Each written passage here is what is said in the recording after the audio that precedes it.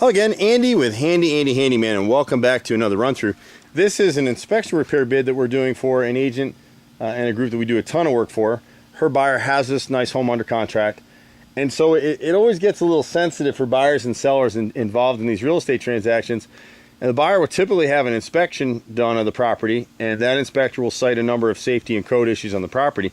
Doesn't mean you have a bad house, it just means there were some things that they had some shortcuts, they didn't follow code or existing code at the time these properties were built. This is in Douglasville, and out in this area, this is a fairly new subdivision. And a lot of the stuff was just, it was built very quickly. Inspectors didn't inspect anything, or some of the what we say is more minor stuff, even though it's important, like these decks, for instance. So the inspector came out and noted that a deck like this, the post should be notched. You see how loose these bottom posts are? In fact, it's not even attached to the railing right here. But you would cut halfway through and then bolt it to the stringers for strength and support and to meet code. And you can see they notched the top post right here, but then the other posts they didn't. They did some of them, some not, but they were nailed, and nails don't hold. You put any weight, it's got to be able to take 200 pounds of force. So there's a number of parts of the code. So if this railing was more than 6 feet, it would have to have a post in the middle in addition, which is an issue on the back deck. But here we would just be adding bolts to these posts. You can see how they're notched at the bottoms. So they notched them, they just didn't bolt them. Here on the front, one of the things the inspector, this comes up all the time, thermopaint seals go bad. This is the hot side of the house. It gets sun all day, and these seals will blow eventually. So that's what's happening on the side light right here. We don't have to replace the whole door system. We can actually make a new side light for that window. There's a couple windows, I think here, and then two on the front over that left garage, and then one on the far right. But here the inspector didn't really note it, I don't think, but someone has puttied over these side lights. And so when we go to replace that side light, this wood may need to be replaced. It's puttied over for now. They painted it. The problem with puttying stuff is that when you do that, the microbes that cause wood rot in the first place are anaerobic. So when you seal them over, it just gives it a great Hotel 6. It'll continue to rot that way. On the back of these stairs, the inspector noted it, and it's going to be hard to video it and get in here, but there should be a brace and post set in concrete to support the back of the stairs. Right now they're just nailed in. So you can see right here where they've got this 2x4, there should actually be a pressure treated post set underneath, set in concrete on either side of it to take the weight and then bolt it into the stairs. Right now it's just sitting there with nails to it. You know, if you had 4 heavy people coming across those stairs at the same time, it could collapse, and that's what the code is written for, the what ifs. Every once in a while in Atlanta you'll hear about a deck collapsing because 50 people rush to the edge of a deck. That normally would hold 5 or 6, and nails wouldn't be so bad. But if it's bolted, it's not going anywhere. On the right side garage door, down at the bottom, the frame is rotted. We just make a nice angled repair there, not a big deal. When you get to the back deck, this is one that they just haven't kept up on.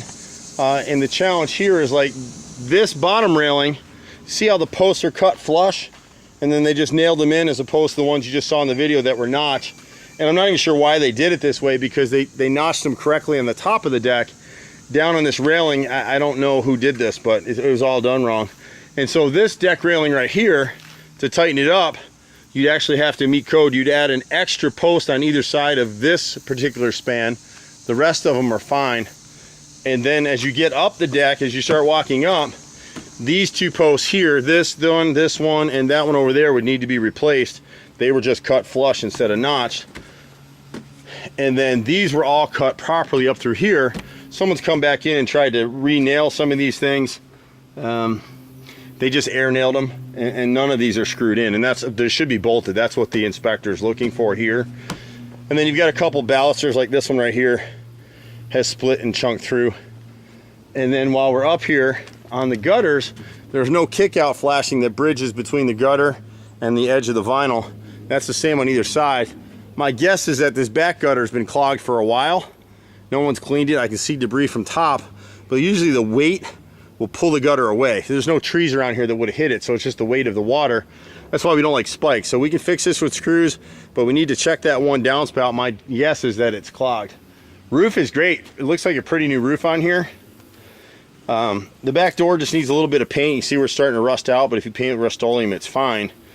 And then the inspector had on the report, I think it was the front GFI outlet needed to be replaced, and a few other minor things. But overall, it's a great house, and these things are all typical. We need to add a downspout right here. Not a big deal, just a 3x4 elbow. And then there's something down here, I can't remember. Same thing here.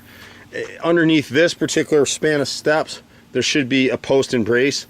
Even though this is adequately supported here, again, it's nailed, it's not bolted. So here we'd add screwed in plates just to keep it from shifting. The new posts that we would add, or the old ones down up in here, we would bolt those, drill them and bolt them through to meet the inspector's report. And then there's no flashing on this deck. And so what we would do is across the top up here, we would add a pressure treated flashing plate that would be cut into the vinyl and sealed top and bottom. Right now the water's getting trapped in between, and it will rot your framing and everything else under there. So need to go ahead and take care of that. Should have been done that way when it was built. And then underneath this threshold piece isn't supporting properly, so our pressure plate would run all the way across, and then on top of it there would be a screwed in piece that would support that threshold of the door. We do that stuff all the time, and in fact most inspectors like to see that now, because having a pressure treated plate like that, we call it a flashing plate, obviates the need for any flashing internally, which you normally see below here. And the problem with flashing is that you can't really see it. There's none here. They didn't build it with any. They've got some flashing underneath the ledger down here, but the flashing is supposed to actually be up underneath the top deck boards here. So I'm not sure what they've done here, and that's why the inspector is citing it. And it's too costly to go ahead and try and do it now. And even if you have flashing behind this deck, over time it forms like an L, like my hand right there. So my thumb would be the bottom edge of the flashing, would sit behind that deck, and in the center of my hand is where the flashing tends to go bad. It'll rot over time. It's only good for about 20 years anyway. And then you think you've got flashing in there, and the water's actually getting in there and rotting. We get those calls all the time. We just had one a couple weeks ago that had a huge rot and mold issue because the flashing had gone bad. So we do all this stuff. We've been doing it for 25 years here in Atlanta. We got a new on-call service that's getting ready to launch as well. It's me and my brother and about 15 guys running all over Atlanta. This is the GFCI that needs to be replaced here that the inspector cited. You can find us online at handyandyfixit.xyz or reach us by phone 770-912-2829. I'm Andy. Bye for now. We'll see you at the next house.